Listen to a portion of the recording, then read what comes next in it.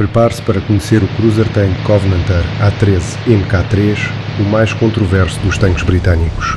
Um gigante de quase 18 toneladas que, apesar de ser produzido em massa, nunca viu um único combate.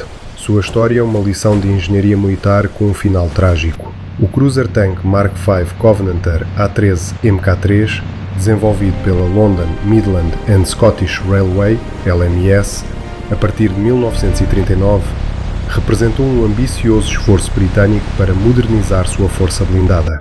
Ele era uma evolução da linha de tanques A13, como o Cruiser Mk4, buscando melhorias no desenho e no nível de proteção. O projeto destacou-se por sua silhueta notavelmente baixa e pelo uso da avançada suspensão Christie, garantindo uma velocidade máxima respeitável de cerca de 48 km/h.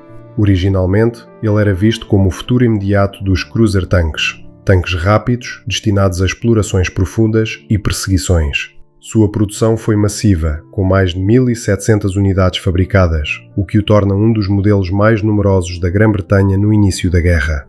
No entanto, o Covenanter acabou se tornando um dos maiores fracassos logísticos e de design da Commonwealth.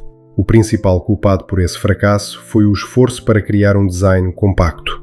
O motor, o Meadows DAV de 12 cilindros, foi instalado horizontalmente e, de forma inédita e desastrosa, os radiadores de refrigeração foram colocados na frente do veículo, separados do motor e mal posicionados para receber fluxo de ar. Esta configuração levou a problemas de superaquecimento crónicos e insolúveis, que se manifestavam rapidamente, mesmo sob condições de teste moderadas na Inglaterra. A simples ideia de enviar esses tanques para o norte da África, onde eram desesperadamente necessários, em meio ao calor do deserto, se mostrou inviável, pois eles quebravam em questão de horas. Vantagens. Pontos positivos. Mobilidade. Christie Suspension. Graças à suspensão Christie, o Covenanter era rápido e tinha boa capacidade off-road para a época, atingindo velocidades de cruzeiro que eram vitais para a doutrina de tanques de cruzeiro. Melhor proteção. Com uma blindagem frontal de até 40 mm, ele oferecia uma proteção ligeiramente superior à dos seus predecessores imediatos, como os primeiros Cruiser Mk4. Baixo perfil. Sua silhueta baixa tornava o tanque um alvo menor e mais difícil de atingir em comparação com outros tanques da época. Disponibilidade. A produção foi rápida e em grande escala, o que teoricamente o tornaria uma força considerável. Superaquecimento crónico. Este é o calcanhar de Aquiles do Covenanter. O design do sistema de resfriamento era fatalmente falho, tornando-o inoperável em climas quentes. Armamento obsoleto. Estava equipado com o canhão QF 2 Pounder, 40 mm. Embora eficaz no início da guerra, 1940, rapidamente se tornou obsoleto contra a blindagem dos tanques alemães mais recentes, como o Panzer III e IV, e não possuía munição de alto explosivo, HE, eficaz. Compartimento do motor lotado. A tentativa de compactação resultou em um espaço interno do motor extremamente apertado, dificultando a manutenção e agravando os problemas de calor.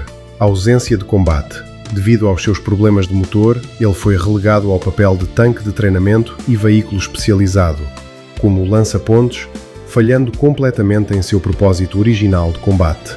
Sua única atuação operacional foi em cenários de treinamento e como dissuasão defensiva na Grã-Bretanha. Em resumo, o Covenanter foi um erro caro que desperdiçou recursos valiosos.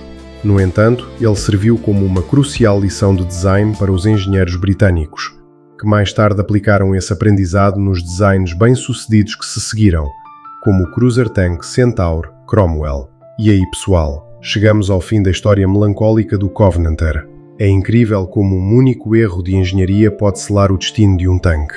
De qual cidade você está nos assistindo agora? E qual é a hora exata aí onde você está? Deixe seu comentário e a sua opinião sobre se o Covenanter merecia uma segunda chance. Se o Covenanter A13 MK3 fosse uma peça de teatro, o seu ato final seria executado em silêncio, longe dos holofotes da guerra, nos campos de treinamento enevoados da Grã-Bretanha. Apesar de todos os problemas, o fato inegável é que mais de 1.700 chassis foram construídos. Abandonar todas essas máquinas seria um desperdício inaceitável de recursos em plena guerra. Assim, o Covenanter encontrou seu destino final como um dedicado, mas malfadado, veículo de instrução. Escola de condução. Foi onde o Covenanter realmente se destacou. Sua suspensão Christie e boa velocidade significavam que, para os padrões de treinamento, ele era um excelente chassi para ensinar novos recrutas a operar e manter tanques de cruzeiro.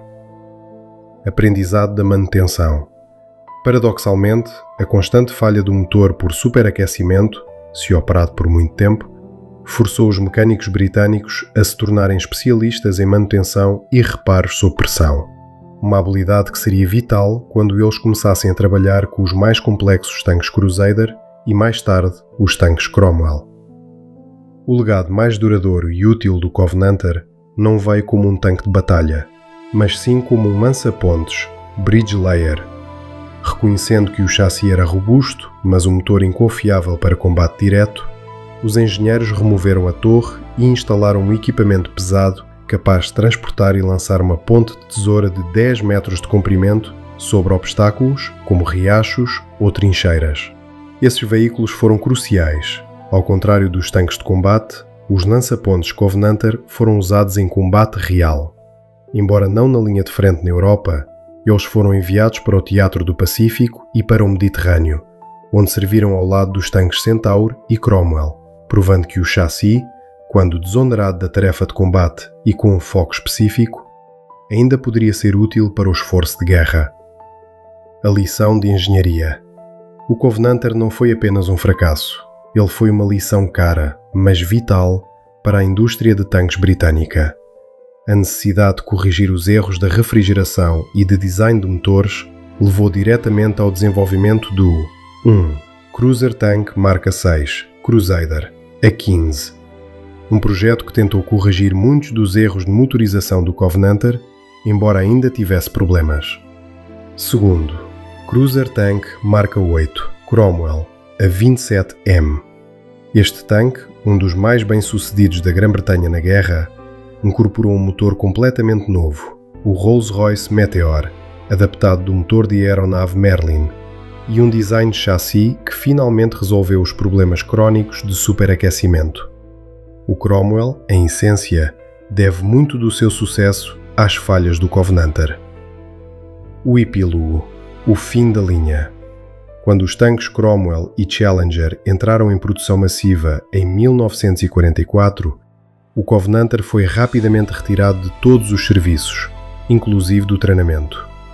A maioria das unidades foi desmontada para sucata e alguns chassis foram preservados em museus ou campos de teste.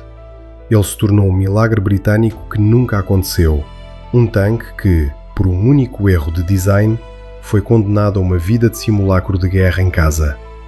Ele é o testemunho de que, na engenharia militar, um componente crítico, como o sistema de resfriamento, pode ser mais decisivo do que a própria potência de fogo ou blindagem. Interação com o espectador. E assim terminamos a saga do tanque que nunca lutou. Uma história de ambição e decepção.